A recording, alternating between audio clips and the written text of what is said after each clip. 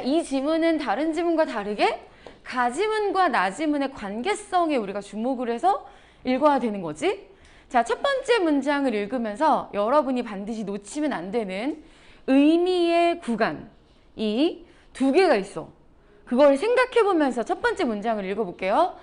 미학에서 닮음을 뜻하는 단어인 유사성과 상사성의 구별에는 중요한 철학적 함의가 깔려 있다. 반드시 놓치면 안 되는 의미 구간은 유사성과 상사성의 구별. 유사성과 상사성을 구별해라. 그런데 여기 앞부분은요. 미학에서 닮음을 뜻하는 단어인 이것들은 유사성과 상사성을 수식해주는 부분이라 우리가 뭐 굳이 안 챙겨가도 괜찮을 것 같아.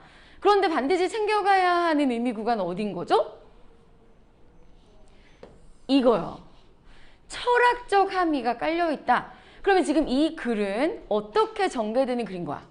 철학적 관점에서 유사성과 상사성을 구별해주는 그런 글을 우리가 읽게 되는 건가? 이런 생각이 들지. 자, 요렇게 요 구간을 우리가 찾아냈고, 자, 두 번째 문장을 읽으면서 뭔가 추가되는 의미가 있나? 를 생각해 보면서 철학자 푸코는 유사성과 상사성을 구분해서 설명하였는데 유사성과 상사성을 구분한다는 얘기 아까 했었고 유사성은 원본을 전제하는 한에서 그 원본과의 가까움을 말하고 상사성은 원본이 존재하지 않고 각 존재들 사이에 같음과 다름이 있을 뿐이라 말한다. 그럼 지금 이 글은 어떤 구조야? 촥! 유사성, 상사성, 유사성 뭐라까지 읽을 때까지는 어디가 핵심인지 알 수가 없어. 여기 마지막 요 상사성은 세트까지를 읽어야 유사성에서 상사성에서 대칭되는 정확하게 그 대응되는 요소를 찾아서 유사성 밑에 하나 받고 상사성 밑에 하나 받고 우리 그렇게 할 수 있는 거 아니에요? 그럼 여기서 뭐가 대칭되는 의미야? 유사성은 원본을 전제, 상사성은 원본 존재 X. 그쵸? 그 다음에 즉이니까 똑같은 구조로 유사성 밑에 의미 하나 받고 상사성 밑에 의미 하나 받고 지금 그렇게 가야 되는 거죠? 유사성이 현전의 형이상학하고 여기 이렇게 짝대기가 하나 있습니다. 이 짝대기를 줄표라고 하는데 줄표는 보통 이렇게 세트로 구성되어 있어. 그리고 이 줄표의 기능은 뭐냐면요. 이 줄표 사이에 있는 이 것들이 앞에 있는 개념어를 좀 더 자세하게 서술한다는 뜻이에요. 그러면 여기 있는 원본과 복제, 대상과 표상, 실제와 사유의 일치가 다 뭐에 대한 상세한 서술인 거죠? 형이상학. 그럼 우리가 줄표를 약간 제거한 상태에서 다시 읽어볼게요. 유사성이 현전의 형이상학을 전제한다면 원본 없는 복제인 상사성은 근대적 형이상학 붕괴를 함축한다. 그럼 유사성 밑에 뭐라고 의미를 박아요? 형이상학 전제. 상사성 밑에 뭐라고 의미를 박아요? 형이상학 붕괴. 이렇게 박았어. 자, 그리고 여기 줄표 사이에 있는 내용들이 지금 어떻게 구성되어 있냐면 원본과 복제. 자, 봐봐. 1번과 2번, 1번과 2번, 1번과 2번. 자, 이런 식인 거야. 그래서 1번, 1번, 1번은 구조상, 이렇게 순서를 보면 구조상 똑같은 걸 지칭한다고 할 수 있어. 원본, 대상, 실제가 똑같은 애들인 거고 복제, 표상, 사유. 사유가 뭐야? 철학. 생각하는 거. 철학의 일치. 이런 것들이 다 뭐에 해당한다고요? 형이상학. 자, 유사성은 형이상학을 전제. 상사성은 형이상학의 붕괴까지 정리를 했고 자, 원본이 없다면 가정 나왔을 때 우리 항상 어떻게 했지? 이걸 뒤집어 봤잖아. 그럼 원본이 없다면 하고 원본이 있다면을 생각해 봐야 돼. 원본이 없다면 그것을 증언해야 할 인식론적 의무 X. 원본이 없다면 어디다 넣어요? 지금 촥 유사성 밑에 의미 받고 상사성 밑에 의미 받고 하는데 원본이 없다면 어디? 상사성 밑에 인식론적 의무 X를 인식한 다음에 원본이 있다면 인식론적 의무가 있다. 자, 이걸 약간 쉽게 설명하면 어떤 거냐면, 자, 우리가 루이비통이 있고 짝퉁이 있어. 그럼 이거 원본이 있는 거예요, 없는 거예요? 원본과 짝퉁의 위계가 존재하죠. 그럼 우리는 약간 어떤 루이비통, 예를 들어서 교현이가 루이비통 가방을 메고 왔어. 그러면 이제 나랑 성지랑 보면서 저게 진짜일까? 막 이렇게 생각을 하는 거잖아.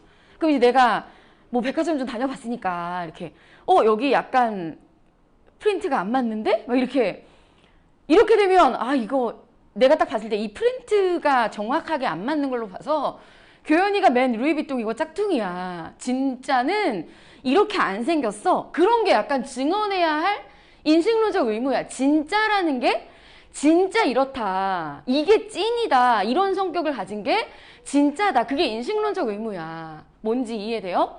이게 되게 비슷하게 생겼지만 우리가 짝퉁과 찐을 구분하는 그런 거.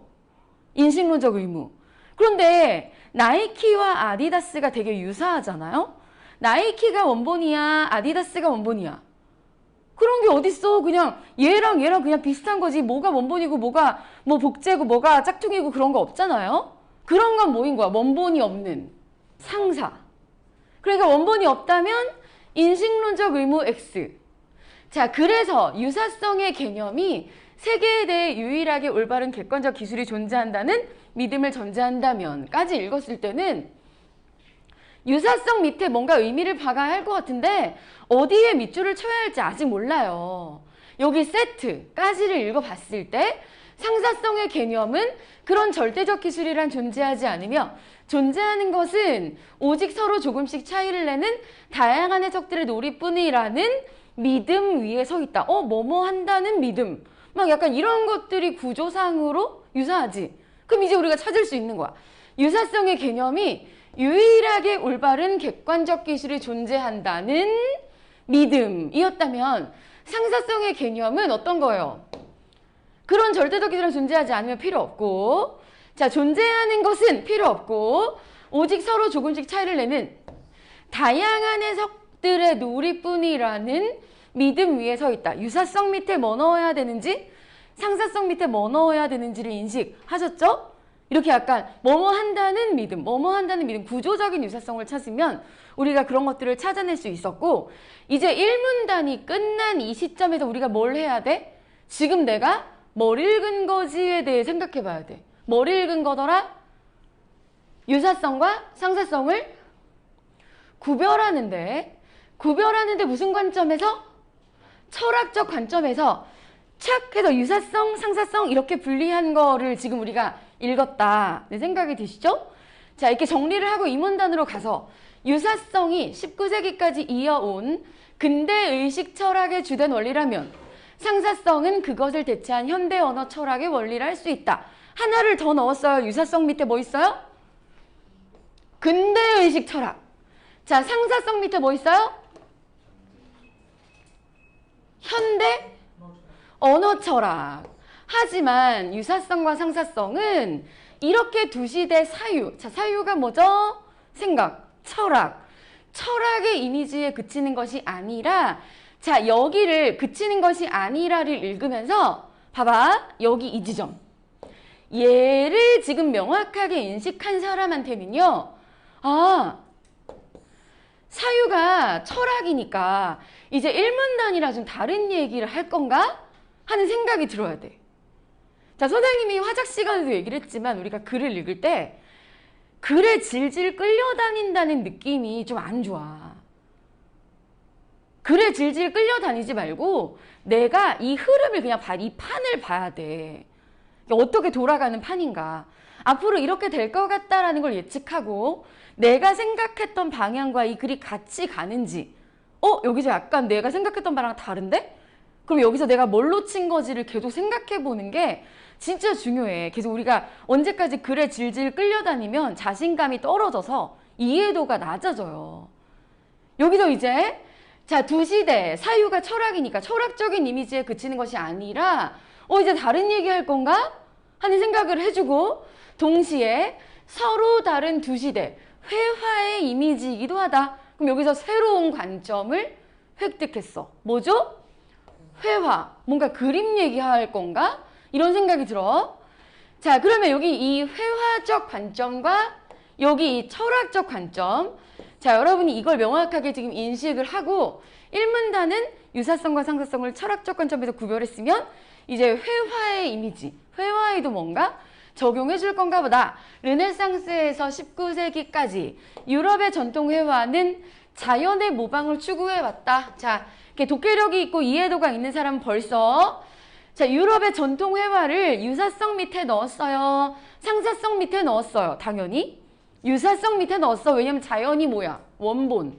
자연이 찐이고 그걸 그림으로 그리면 그게 모방이니까 아 이거 원본이 있는 유사성이다 라고 생각을 했을 거고 그것은 어디까지나 유사성의 예술이었다. 이렇게 내가 예측한 바와 글의 방향이 계속 같은지를 내가 이 판을 봐야 돼. 자, 이때 회화의 진리는 이때는 언제예요? 유사성의 예술에서 회화의 진리는 원본인 자연과 얼마나 닮았는가 하는 데에 있었다. 이렇게 내가 생각했던 대로 흐름이 가잖아요? 그러면 글이 더 잘 이해가 돼. 그 끝에 대롱대롱 매달리는 것보다. 자, 하지만 오늘날의 회화는 이제 뭐랑 연결되는 게 나올까? 그렇지. 그림밖에 원본을 재현할 의무를 지지 않는다. 형과 색은 닮음에서 벗어나 자유로이 유희하고 유희가 뭐야? 놀이. 놀이? 유희하고 설사 닮음이 있어도 그 닮음은 유사성. 즉, 자 봐봐. 여기서 우리가 글을 잘못 읽으면 오늘날의 회화는 닮음이 있어도 그 닮음은 유사성. 여기까지만 보면 오늘날의 회화 유사성이잖아. 그쵸? 근데 글의 구조상 유사성, 즉 모델과 복제 사이의 닮음이 아니라 이렇게 묶어주는 게 급할 때 진짜 중요한 스킬이거든요. 그러면 오늘날의 회화는 유사성 아니라 원본 없는 복제들 사이의 닮음이 된다. 원본 없는 복제들 사이의 닮은 유사성이에요? 상사성이에요? 유사성 아니라 상사성. 자, 즉 유사성의 원리는 복제가 원본을 닮아야 한다는 동일성에 집착하지만 상사성의 논리는 집착을 벗어나 복제들 사이의 차이를 전개하여 원본의 구애됨이 없이 마음껏 주관적인 상상의 수평적 놀이를 즐긴다. 자, 지금 아까 우리가 첫 번째 문단에서 유사성 착 이렇게 상사성 구분해줄 때 여기에 유사성 밑에 객관적 기술이 존재한다를 읽을 때요. 객관적에 상대적인 그런 용어가 있잖아. 뭐였죠? 주관적. 그러면 여기 상사성에 주관적이라는 의미를 부여해도 되나? 그러니까 우리가 어휘력이 되게 좋고 이해도가 좀 높으면 다양한 해석들을 우리가 당연히 주관적이라는 걸 인식해요. 아니 주관적의 의미가 그거잖아. 주관적이 뭐죠? 주체마다 자기의 관점을 가지고 다르게 생각할 수 있는 다양하게 생각한다는 것 자체가 주관적인 거지.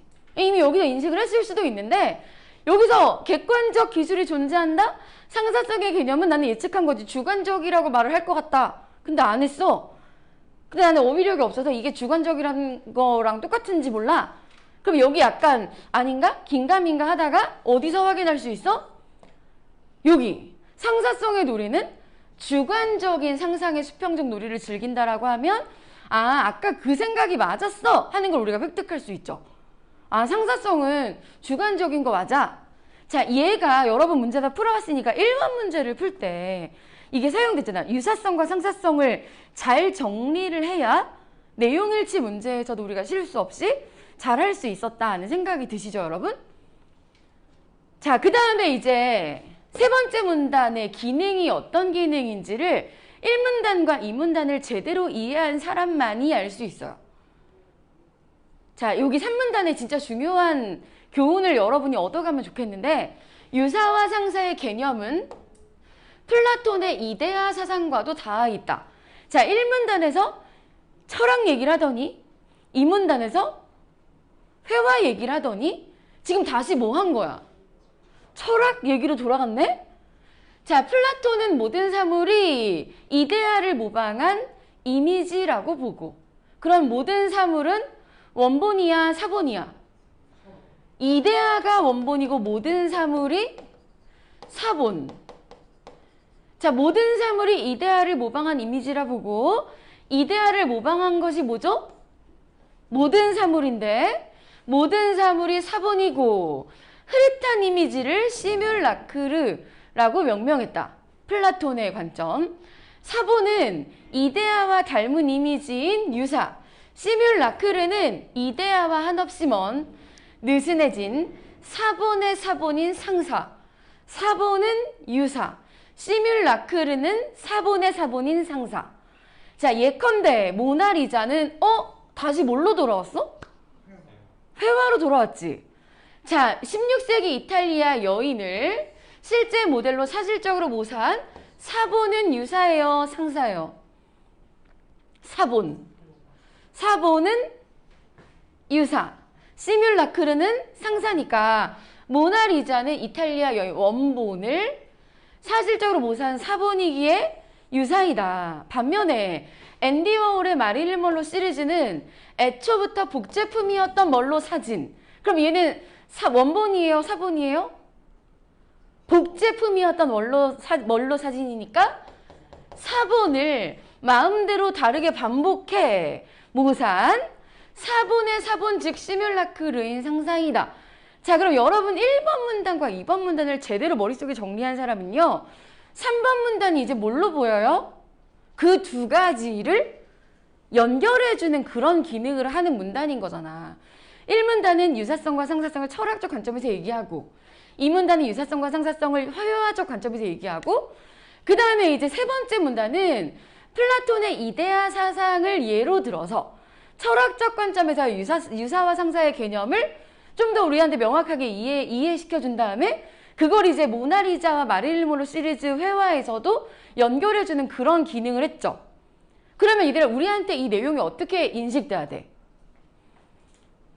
1, 2, 3, 4 네 단계로 내용이 구성돼서 머릿속에 박히지 않나요? 이게 우리가 얘를 읽을 때 내용이 그렇게 엄청 명확하게 들어오는 지문이 아니었어요. 이 지문이.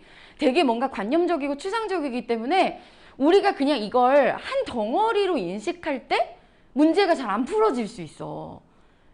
그러니까 내용을 좀 쪼개서 분석해서 인식하는 걸 계속 좀 하셔야 되고 우리가 가를 읽고 나를 읽을 때 가와 나의 관련성을 생각하면서 글을 읽어야 되니까 나의 첫 번째 문장에서 가장 중요한 키워드를 고르라고 하면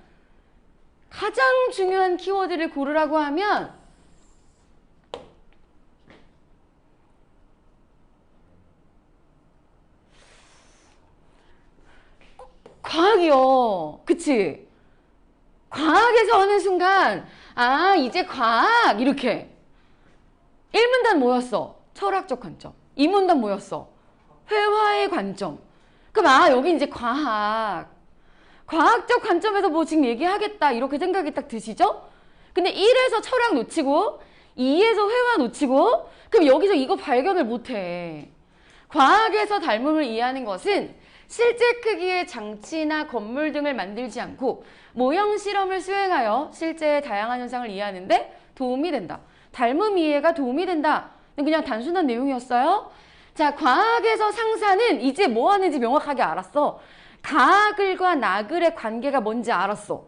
여기서는 이제 유사와 상사의 개념 얘기할 생각이 없고 뭐만 얘기하겠어요? 과학에서의 상사.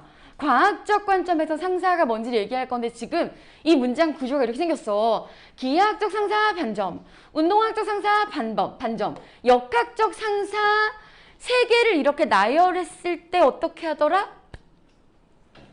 그렇죠. 한 개씩 이렇게 설명해 줄 가능성이 크다라는 걸 지금 내가 예측했잖아. 자, 상사성을 판별하기 위해서 무차원수의 개념이 쓰인다. 자, 여기 이 문장의 구조가 여러분 어떻게 보이셔야 돼요? 이게 목적, 얘가 수단. 이렇게 하기 위해 이게 쓰인다. 그럼 얘가 수단인데 우리가 뭘 몰라? 무차원이 뭔지를 몰라? 말해주겠지. 무차원의 수란 말해주네. 이렇게 계속 글과 같은 방향으로 가야 되더라.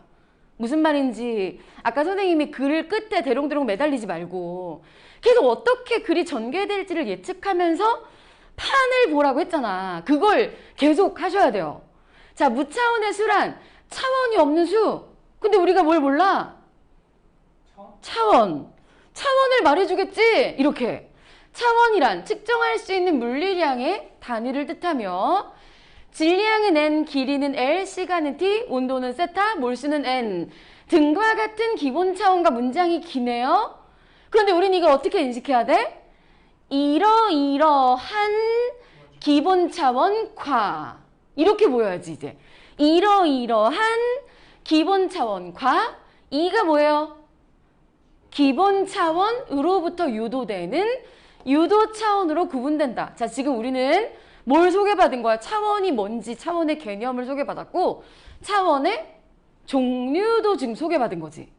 근데 이제 기본 차원은 여기 이렇게 예시들이 막 있으니까 뭔지 알겠다? 근데 뭘 몰라 우리가? 유도 차원이 뭔지는 정확하게 모르겠어. 그치? 이거를 막 설명해 줄 것 같아. 아니면 안 물어보거나.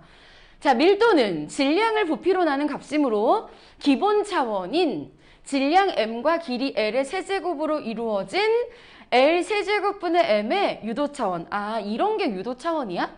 그럼 어떤 게 유도 차원이야? 기본 차원끼리를 곱하거나 나누거나 해가지고 만든 게 유도 차원. 이제 예시를 통해서 우리가 인식할 수 있었고, 반면에 무차원수는 그래, 우리 무차원수 몰라가지고 지금 여기서 무차원수란 하면서 차원이란 하면서 계속 개념을 깔아준 거 아니었어요?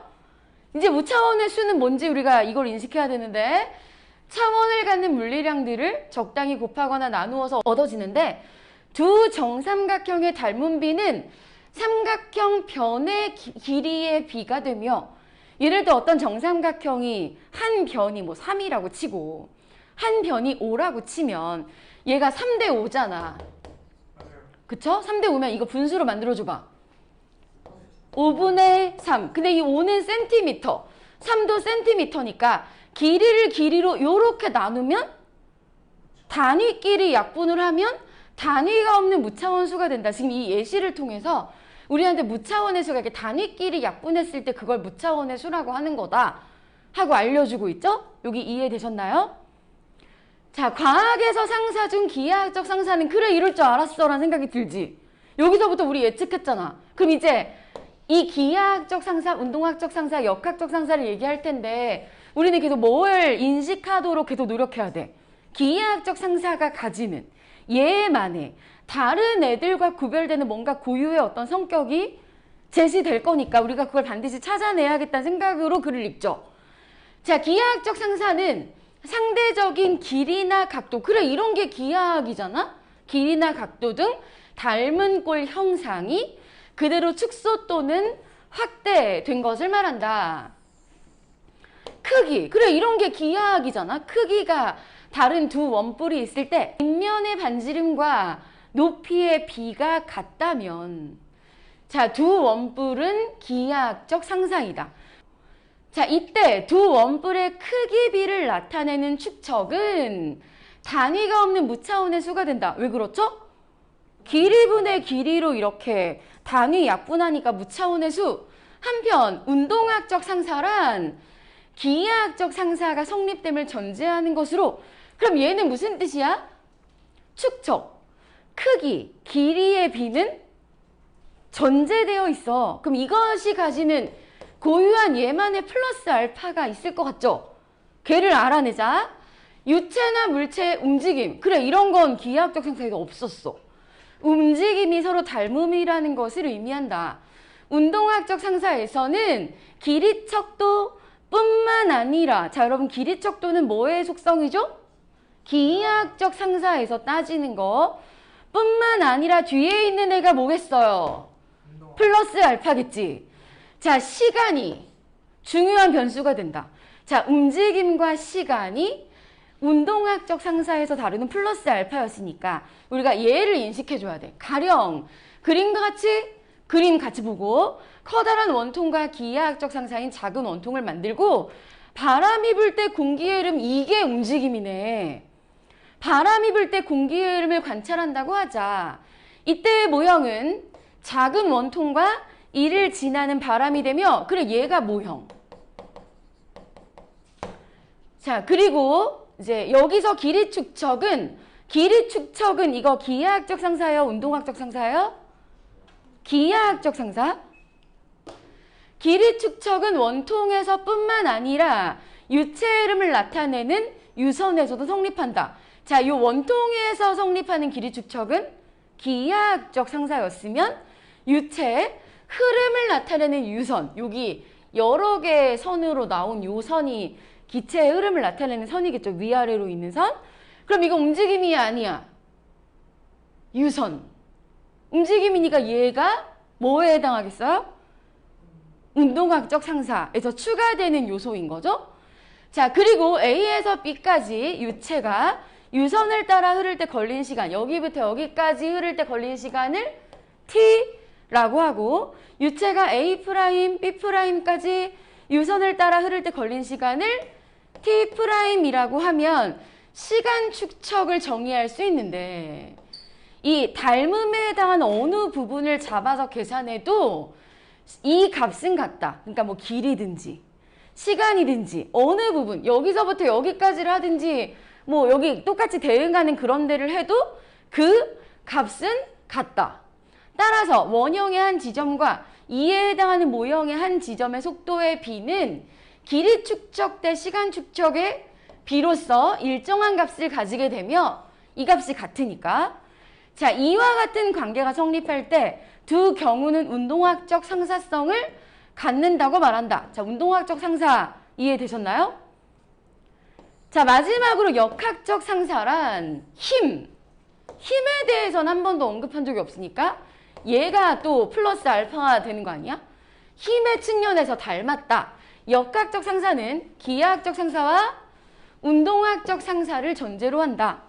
그러면 기하학적 상사, 크기나 길이나 형태, 그 다음에 얘는 움직임이나 시간, 속도.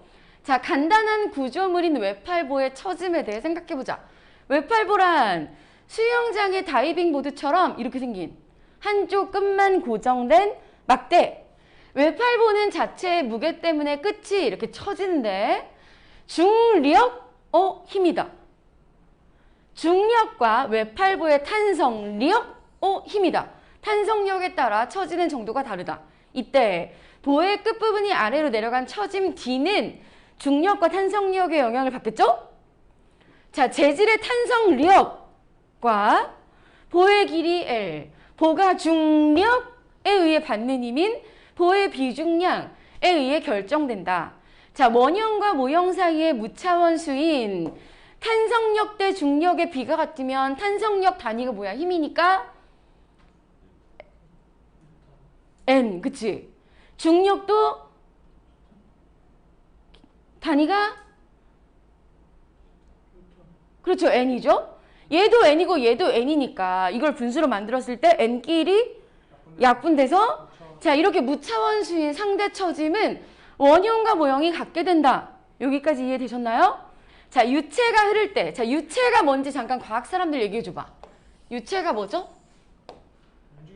흐르는 움직이는 물체. 예를 들면 기체나 액체나 뭐 치약 같은 거 다 유체 안에 포함되는 그런 애들이고, 유체가 흐를 때 그림 1과 같이 흐름이 흐트러지지 않아서 유체를 구성하는 분자들이 서로 섞이지 않으며 유선에 따라 흐르는 것을 측류라고 하고, 그림 이처럼 유체를 구성하는 분자들이 서로 섞이면서 흐르는 흐름을 난류라고 한다.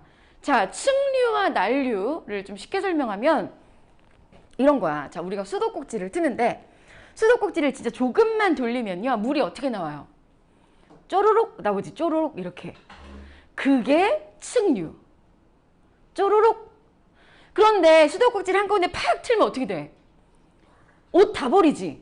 왜? 콸콸콸 나와가지고 옷 다 물 막 튀고 이렇게 되잖아? 걔가 측류. 이해되세요? 아니, 걔가 난류.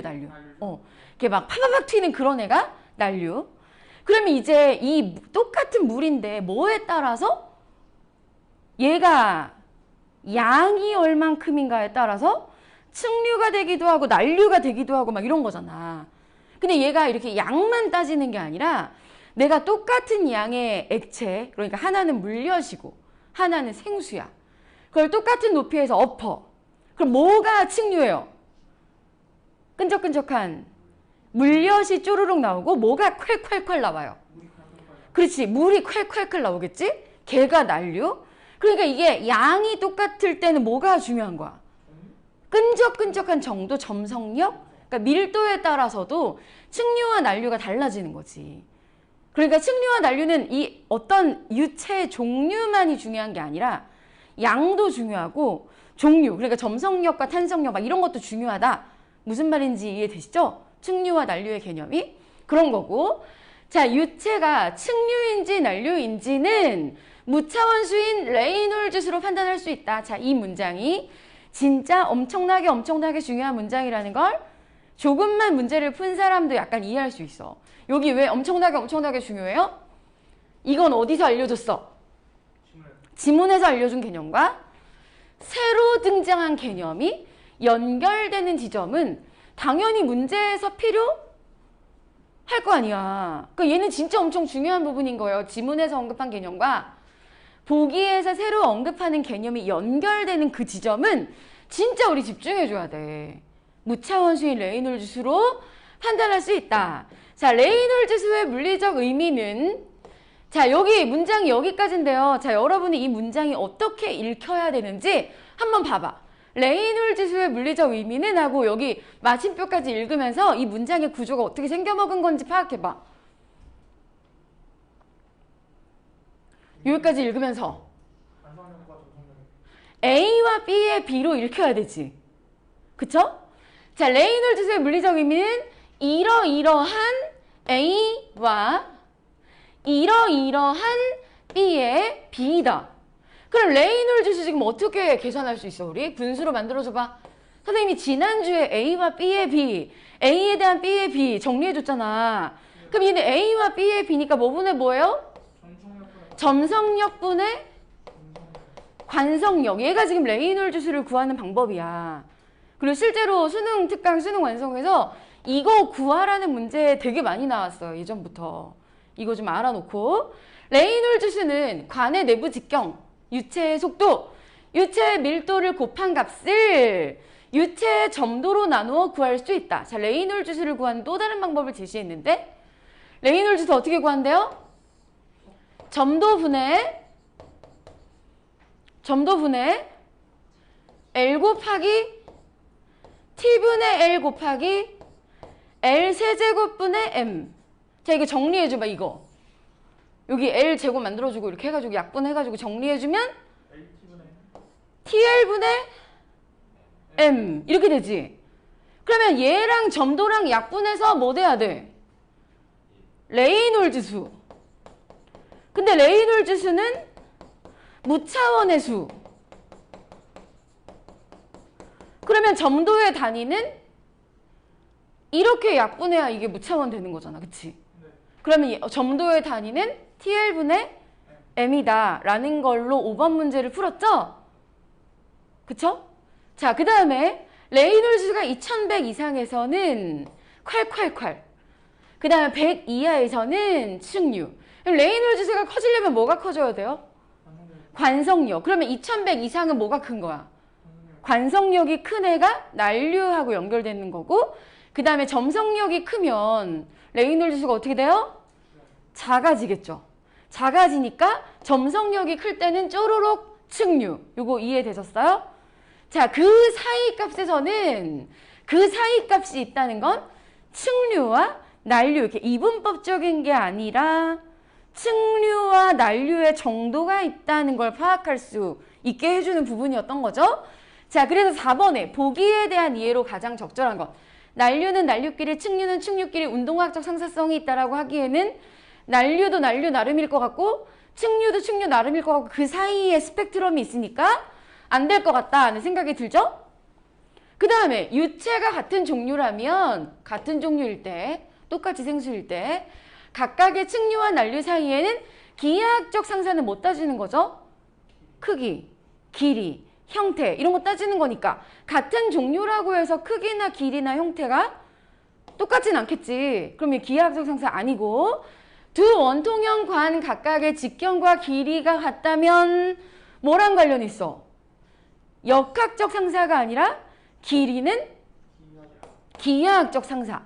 그 다음에 관의 모양이 각각 원통형과 사각기둥형일 때 길이의 비가 다를 텐데 기하학적 상사 맞아요?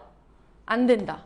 그 다음에 직경이 다른 원통형의 관 속을 물이 흐를 때 레이놀즈 수가 같으면 역학적 상사인데 직경이 다른 원통형이랑 기하학적 상사를 이거를 연결 못한 애들이 되게 많은 거야.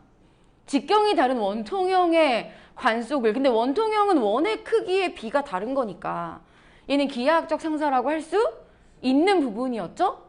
그래서 답은 5번이었다.